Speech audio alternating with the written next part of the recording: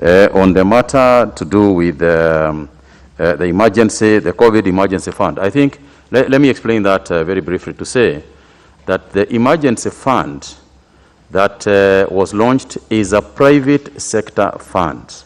As a ministry, and there are two funds, by the way. There is a fund, and I'm sure you are referring to the private sector fund that we are talking about, because the rest of the money is managed at the Treasury. But in terms of the private sector fund, the one that is, we do not, the ministry does not participate. The ministry does not know how much money. We are not engaged in the private sector fund. We don't have anybody in the fund. And in fact, what the fund does is they procure for themselves, they distribute for themselves in the areas that they so wish. And you have seen them around the country distributing where they have analyzed for themselves that there is a need. But on the part of the ministry, we have neither put any money there, nor participated in as far as their day-to-day operations are concerned. You are right, Honorable Kagwe, through the chair, that indeed KEMSA has written to us seeking for funds to mitigate or to pay the suppliers that they have. And there are two reasons that we have held back on this. The first one is that the money simply isn't there. As you know, the economic scenario at the moment is a serious situation.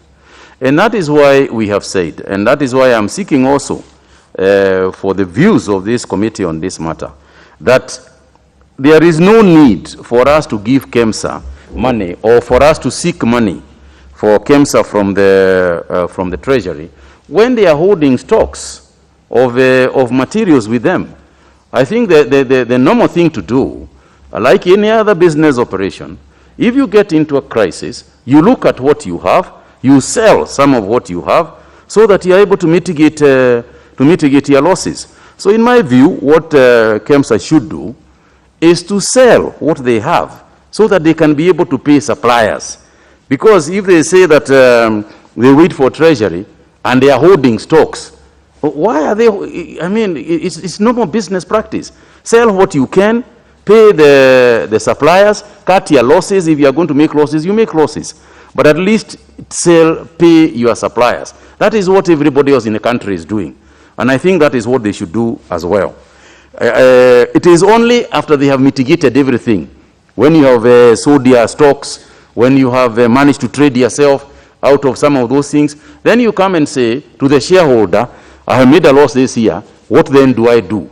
And you are told, show us how you are going to cut your operational costs, show us how you are going to increase efficiency, show us how you are going to mitigate operational issues through ICT-based technology like the President ordered the other day. Let's do all those things, and then we can look at the accounts. But I think that it is not right for us to start funding an institution when they are holding stocks. Let them sell their stocks first. On the issue of the masks, Honorable Kagwe, through the chair, I cannot apologize enough on this thing, because whether it is KEMSA or whether it is any other institution, it's in my ministry, and therefore the buck stops with me. And on this one, I apologize, because honestly, my feeling is that it should have been made very, very quickly. But I also appreciate the fear that is there now amongst all the operators, that if they get one step wrong as far as the procurement is concerned, they and I will be back here explaining that particular issue. So I think, to be fair and in mitigation to my apology, is to say that I think they are just trying to make sure that they don't eventually end up here answering the question of something that they could have avoided. So all I can promise, Honorable Kagwe, is to fast track this. And on the issue of us and the chairman, I think the chair has rightly guided that the chair of the chamber will be here. I think it is in his personal capacity that perhaps the communication had come about. But when we are dealing with an institution, we deal with the institution, not individuals within the institution. If you are dealing with Parliament, we deal with Parliament. When you deal with the parliamentary committee, it's the committee, not individuals. So the intricacies or otherwise in relation to the individuals in that institution, we have no role in. As far as leg of writers is concerned, I must confess that these are some of the details and micromanagement issues I said that I don't do. Because procurement is squarely and completely on the hands of the procurement managers and procurement people who sit at KEMSA. And they are the ones who would be able to give that detail. But my point is, on the issue of leg of writers, I think that is a question that had been asked earlier. And I don't know who Rashid Issa is, and I have no interest personally in the institution, and I don't have the details of that particular procurement aspect. As I said, there are over 60 companies that relate one way or the other to KEMSA, and I don't have the details of the transactions that take place around each organization. However, it is something that I'll take an interest in since you have raised it. On the issue of Honorable Kotuni, raised a very fundamental issue. And the question is, what is the money lost we are talking about?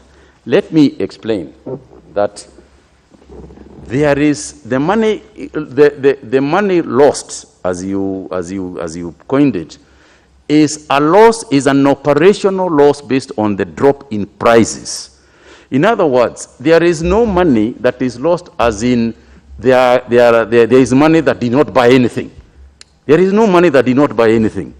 All the money that was spent on buying PPEs, on buying equipment, on buying commodities, on buying ventilators, all those things are in the warehouses of KEMSA. There is nothing, there is no loss in as far as the purchase of quantities and commodities is concerned.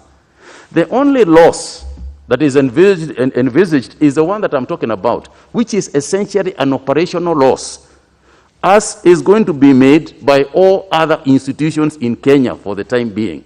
So I want to clarify that issue very, very clearly, and to say what we are dealing with is operational losses because of the price drop, not a question of commodities that don't exist or air that was delivered at KEMSA.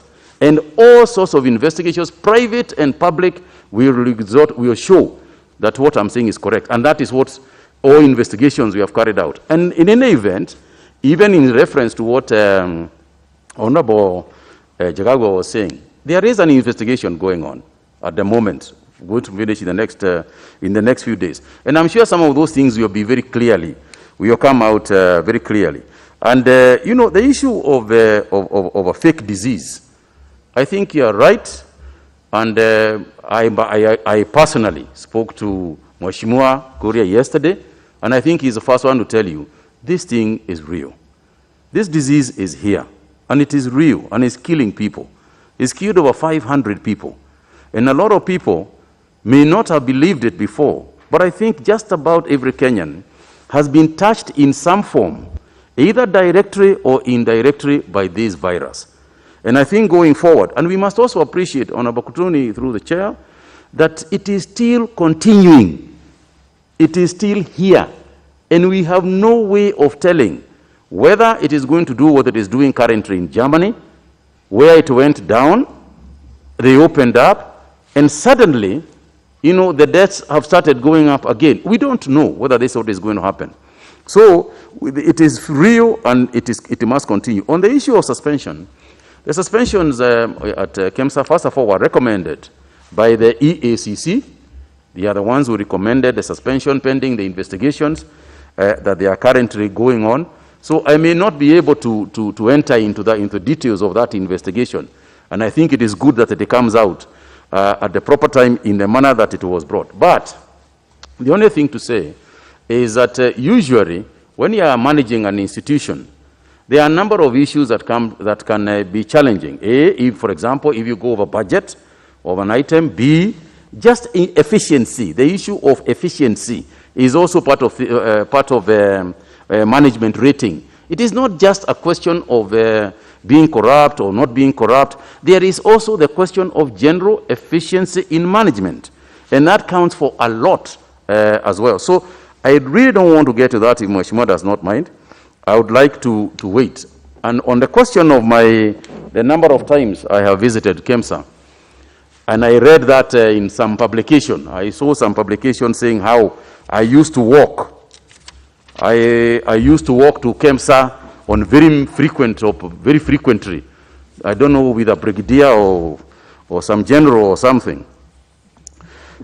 Can I state for the record that I am actually feeling bad to say this because it is something that I should not say, but I have just been so caught up with the management of COVID-19 that I have not personally ever been to KEMSA. Forget about working with a general or brigadier or even my PS. I hear it is my PS and I who work constantly. Mheshimiwa, read my lips through this through this mask. I have never been to KEMSA. So, in somebody's dream, you know, I appeared there somehow, but honestly, I must confess, I found it very strange for somebody to allude to the fact that I may have been there trying to do this or the other. And I honestly cannot say why anybody would propose such a thing. And in any event, I don't even know why one would say that, because it is my right and a responsibility for me to visit KEMSA. In fact, Mr. Chair, Madam Chair, on 2 occasions, I have let the chairman down. Because on 1 occasion, I was supposed to inaugurate the new members of the board, which I failed to do because, again, of emergencies that arose. On another occasion, I was supposed to be there so that we can go and inspect the warehouses. I have not been able to do that.